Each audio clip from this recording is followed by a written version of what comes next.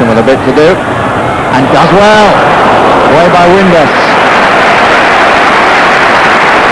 Again, good applause, and deservedly so, for Paul Merson.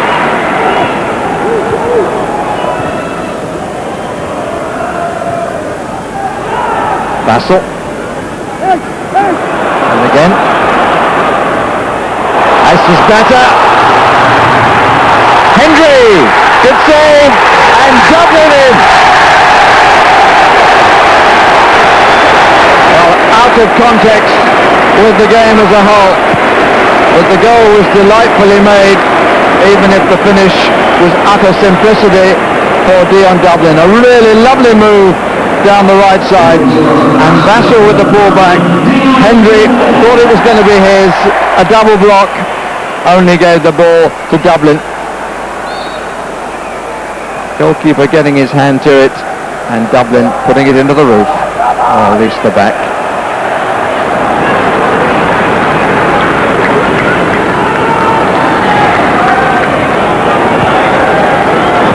Barry.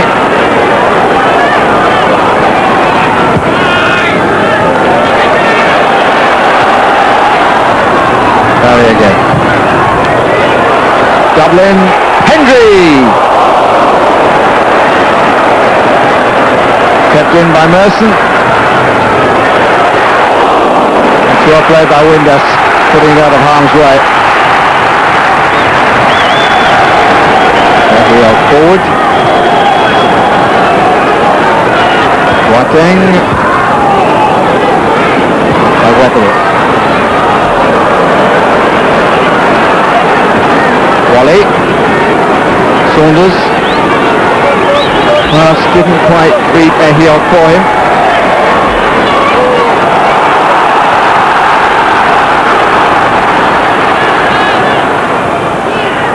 Merson. Hendry left. If he needs him, he does. Hendry, good save. And Hendry showing that he does have a good strike. But again, good running by Merson. Good layoff, nicely inside the defender by Hendry, and a good tip away. Yes! Yes!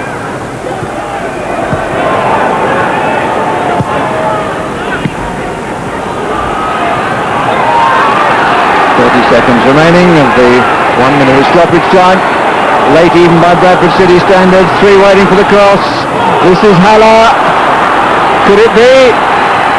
No. Good play by Gunnar Haller, but no chance for Windus to direct the header. He was falling away. Bradford City supporters getting to their feet, thinking it was going to happen again, but not so. Referee looking at his watch, and I think that is the last chance. It's a victory for Aston Villa, the only goal of the game, scored by Dion Dublin. The approach play to it, excellent, and in marked contrast to much of what we saw in the afternoon. Really, one can draw a veil over the first 2/3 of the contest. It got better for the last half an hour, but as far as John Gregory is concerned, it's 3 points for Aston Villa. I thought you were going to do it again there with the run by Gunnar Haller right at the death, another last-minute goal. Yeah, I thought we frustrated Aston Villa today. We had a way of playing, and I thought we were looking good for a 0-0 draw at one time. Couldn't see them creating too many chances. Although we had an awful lot of possession. We wanted to win 0-0. One of them always got a chance. We're a little bit disappointed we didn't create many more chances. But it's a difficult league. Bradford put up a good fight. They made it difficult for us, but we ground them down, and I think my players should take a lot of credit for the way that they didn't get frustrated. They kept plugging away. Eventually the break came. Really should have finished the game 2 or 3 ahead, but we couldn't seem to get that second goal. But again, 3 points, 1-0, clean sheet. I'm very happy.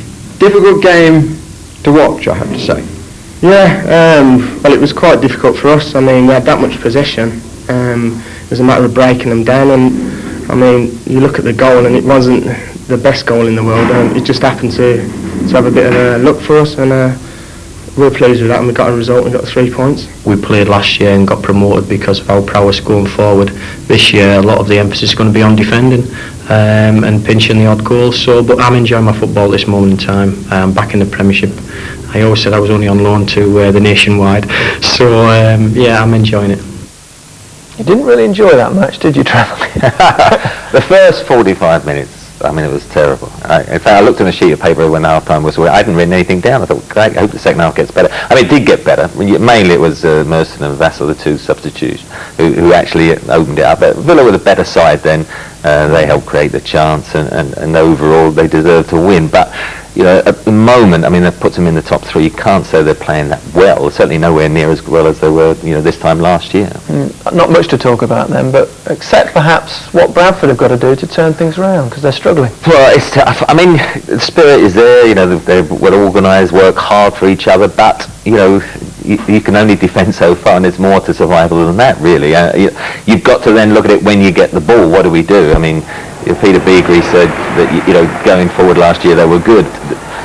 In this league, you know, you've got to keep possession. Apart from scoring goals, you've got to try and create them. Now look, there's plenty of numbers back here, and all right, they win possession. It's Dean Windass then, the right midfielder, who helps them out in defence, and he has to then hit a long ball up to poor old Dean Saunders, who had to battle away for all afternoon really with that sort of service, and you know, he's not going to get any joy from that. So he's going to just keep coming back, and a little bit of composure again in defensive situations. The ball's knocked in. They've got plenty of goal side people, and again Andy O'Brien, you know, perhaps just trying to use the ball from the back, keep possession, but no, just whacks it upfield, and again Aston Villa back in possession. Here again, lots of numbers there. You know, they win the ball. Little 3 or 4 players in the corner. I think we're probably going to play it out here.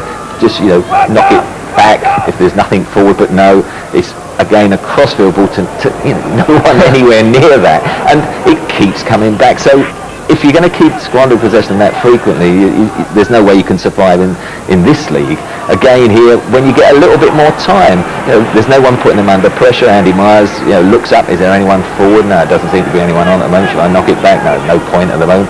By now, I'm sure there's something up there, but no, there isn't. And again, it's squandered. And that is my concern. You know, this level, you can't keep giving. You know, you've got to keep. And funnily enough, there was only one overseas player in their lineup. I don't know whether